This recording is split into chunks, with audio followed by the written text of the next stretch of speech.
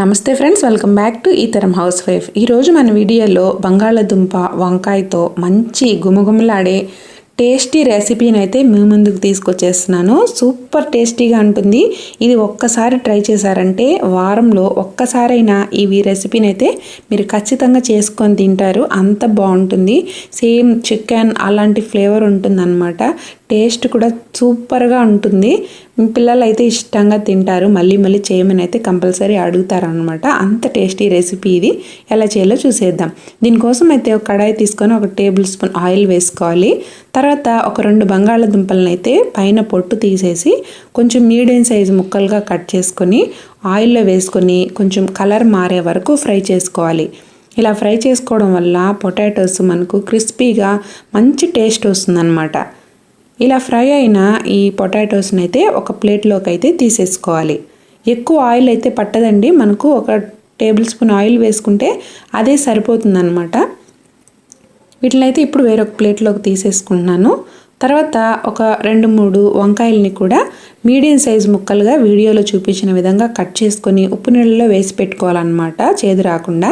తర్వాత అయితే వాటిని కూడా ఈ ఆయిల్లో వేసుకొని మంచి కలర్ వచ్చే వరకు ఫ్రై చేసుకోవాలి.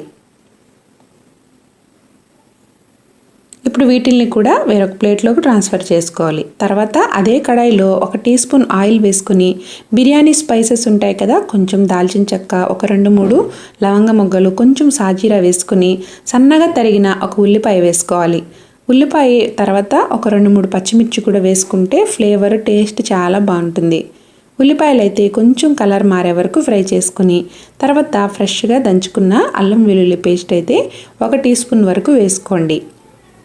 అల్లం వెల్లుల్లి పేస్ట్ కొంచెం పచ్చివాసన పోయే వరకు ఫ్రై చేసుకొని ఒక 2 టమోటాలను అయితే మిక్సీ జార్లో వేసుకొని మెత్తగా గ్రైండ్ చేసుకొని టమోటో ప్యూరీని అయితే యాడ్ చేసుకోవాలి. ఇలా టమోటో ప్యూరీ వేసుకోవడం వల్ల మన కర్రీ అనేది థిక్గా వస్తుంది. ఇది కూడా పచ్చివాసన పోయి నూనె పైకి తేలే వరకు వేయించుకోవాలి. తర్వాత ఇందులో ఒక చిటికెడు పసుపు, ఒక 1 టీ స్పూన్ వరకు కారం, 1 టీ స్పూన్ ధనియాల పౌడర్ వేసి అవి కూడా పచ్చివాసన పోయి నూనె పైకి తేలే వరకు వేయించుకోవాలన్నమాట.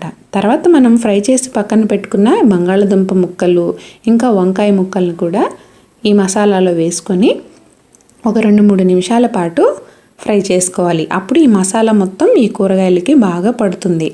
తర్వాత రుచికి సరిపడా ఉప్పు వేసుకోవాలన్నమాట. ఇక ఇలా ఒక 2-3 నిమిషాల పాటు ఫ్రై చేసుకొని తర్వాత 1 కప్పు నీళ్ళను అయితే వేసుకోవాలి.